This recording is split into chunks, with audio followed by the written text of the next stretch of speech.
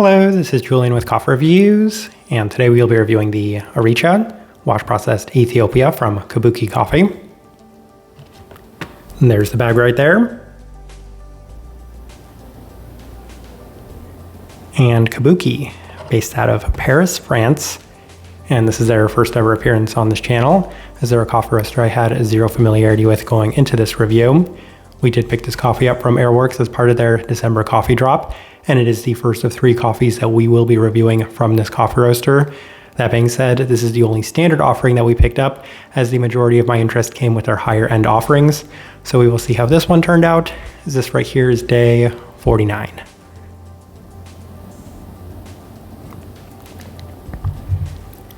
And recipe we went with for this coffee was a toned down recipe at a 15:1 water to coffee ratio, brewed at 93 degrees Celsius, about 199 degrees Fahrenheit. And I like this one best through the V60, which indicates a more medium fine grind roast profile for this coffee. So one of the biggest selling points about this coffee roaster was that they were heavily inspired by another Parisian based coffee roaster, that of course being Substance. So as a result, that's the main reason we did opt for that sort of recipe with this coffee. But in addition to that, you can certainly tell that they are on the lighter end of the spectrum. Now they're not quite as light as Substance, and of the 3 coffees that we are reviewing from them, I would say that this one is the least light of them. That being said, it is still pretty light. I would definitely say that this one does skew on the very light side of things relative to the majority of other European coffee roasters, with maybe the exceptions of places like the Picky Chemist and Substance. With all that out of the way, let's go and start discussing this coffee. Day 21, first impression, and we did opt for the V60. And the first takeaway was that it wasn't quite as ultra or extra light as I might have been expecting from this coffee roaster, given a lot of what I'd heard about it going into it, as it did have a pretty prominent intensity to it right off the bat. And that's not necessarily always the case when it comes to coffees that are super light, and I could tell that the profile wasn't quite to that same extent.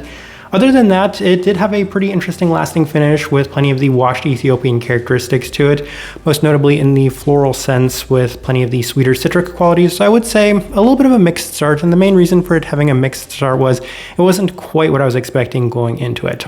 But we move on to day 24 as we opted for the Chemex, and a pretty similar experience this second time around, as once again, it's not quite as light as the expectations we had for it.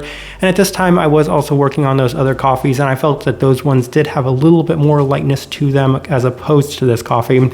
And a lot of that came from the fact that this one was certainly the most intense and sweet forward relative to those other coffees, especially relative to some other ultra light Ethiopian coffees that we have reviewed in the past, most notably wash processed ones as well.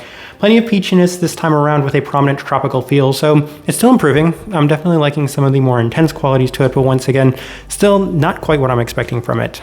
We move on to day 27 as we opted for the April brewer, and there's been some nice consistency to this coffee as it just continues to feel a bit more intense and robust than the expectations that we did have.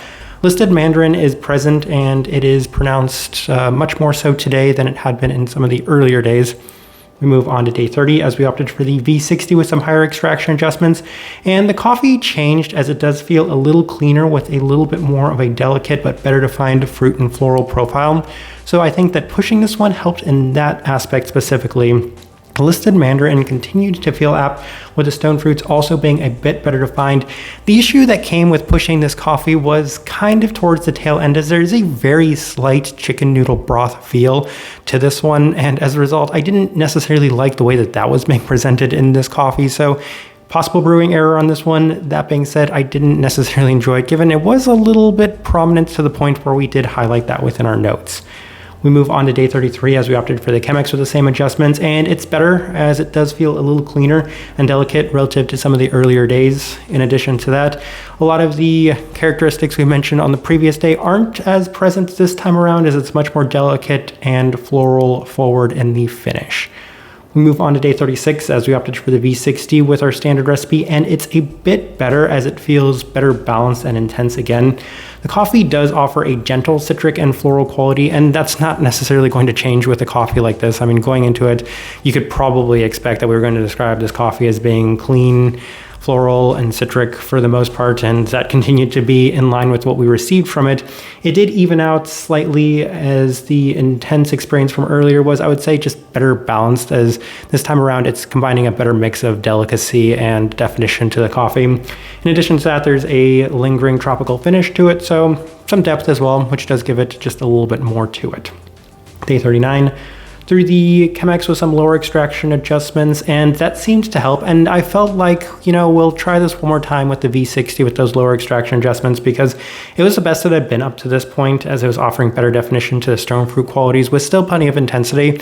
And that for me was a selling point. I mentioned that they are supposed to be inspired by some other ultralight based coffee roasters.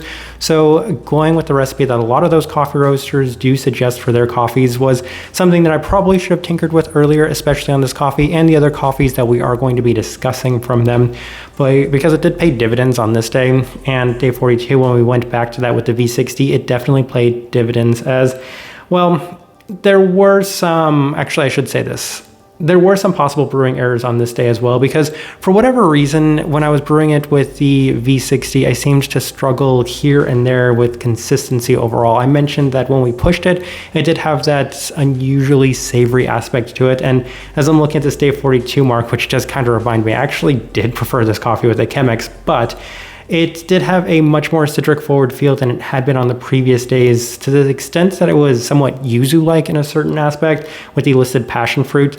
A lot more brightness than had been experienced up to this point with a very lingering finish. It does open up on the cool down a little bit more with a little bit more of that mandarin quality. With that being said, I feel like I experienced a fair bit more of these stone fruit qualities on the previous day with the Chemex. And as I'm drinking it here, it does kind of remind me of that. So a little bit of an oversight on my end, but let's go ahead and transition on over to the tasting wheel so you can see what we're getting. And we have a handful of level 4s, so let's go through those. And we'll start with the cleanliness level 4. No surprise whatsoever going into it. That's one thing that I was fully expecting within this coffee. I was maybe hoping that it would be a little bit more clean and better defined than, your average wash processed Ethiopian coffee, given I didn't have too much familiarity with this roaster, but it settled exactly where I feel like it was probably most likely to finish at that level 4 mark. Pretty well defined profile, definitely very clean. We move on to the finish, level 4. And what I appreciated about the finish was on different days, you were getting a little bit more of a characteristic that was prominent. So on some days it had a little bit more of a tropical feel. I think passion fruit is one of the notes that they had listed on here. On other days, you're getting a little bit more of a citric quality to it, and on other days, you're getting a little bit more of a stone fruit-like quality to it. So there are definitely benefits to the finish in this one, as it was definitely very Ethiopian-like in a lot of ways. We move on to the acidity level 4. That one's a little bit surprising, but I mentioned that on this final day when we made it with this tasting wheel, the coffee was turning out a little bit more bright, a little bit more citric forward than it had been on some of the previous days. And that was also presented in a little bit more of a bitter sense. So the brightness just shone through a little bit more. Usually a little surprising when a coffee of this profile, and a washed Ethiopian coffee at that, does score that high in terms of the brightness. But on this day specifically, I was feeling plenty of those brighter aspects to this one. Florality, level 4, and I do recall one floral note that they did have listed on here for this coffee, but yeah, not surprising whatsoever going into it. Once again, definitely one of the more expected characteristics of this coffee, as it was pretty floral and certainly one of the most consistent qualities throughout. We move on to the citrus level 4, and towards the end I mentioned that it was a little bit more of a bitter citric quality, which is why I skewed a little bit more on that yuzu side of things. But for the majority of this coffee, it was in line with what they had listed on here, mandarin, given that it was a slight bit of a sweeter orange kind of quality to it. So I would say that the citrus fruit was ever-changing within this coffee, and that did give it just a little bit more depth, though truth be told, it is interesting to me that the only time I experienced this really more bitter citric quality was on the day that we made this tasting wheel, which might kind of hinder the overall results that we experienced from it. Let's go ahead and move on to the level 3s. We'll start with the sweetness, level 3. I don't think this coffee was ever intended to be the sweetest coffee out there, and I always say it's a little bit of a sticking point to me when it comes to washed Ethiopian coffees not scoring higher in the sweetness. So sweetness, fair, level 3, and if anything, maybe keeping it at that more standard recipe, or the lower extraction recipe with the Chemex might have helped with that, but I think this coffee was always destined to score that level 3. Berry fruit, level 3. As mentioned, there's a slight bit of that tropical berry aspect to it, so that's what that is hinting towards. And while we're on the topic of those fruit qualities, the stone fruit is down at that level 2 mark, and that is an indicator of what I was experiencing on this final day. This tasting wheel is one of the ones where, based on a different day, we're probably getting different results. The stone fruit, on certain days, I could have seen 3, maybe even a level 4 if I was being generous. As far as the citric qualities, same thing, 3, higher side of 3, lower side of level 4 on certain days. But then the biggest one is the bitterness, which scored there at that level 3 mark, because that was only a byproduct of the final day. Up to that point, I wouldn't necessarily say that it had as many of those bitter citric qualities to it.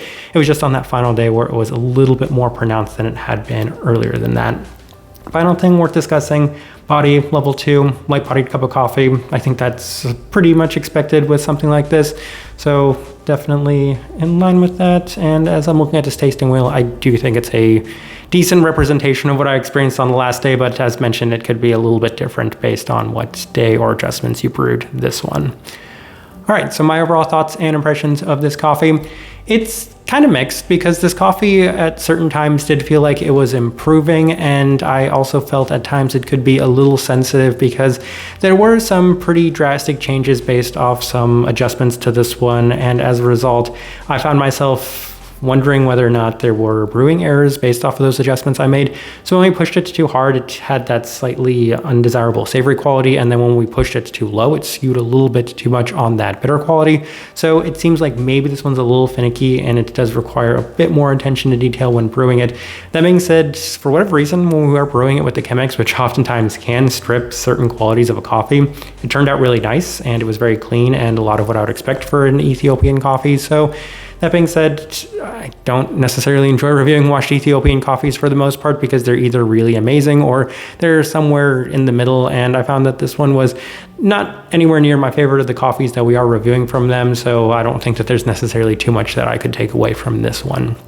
Type of person I would suggest this coffee to.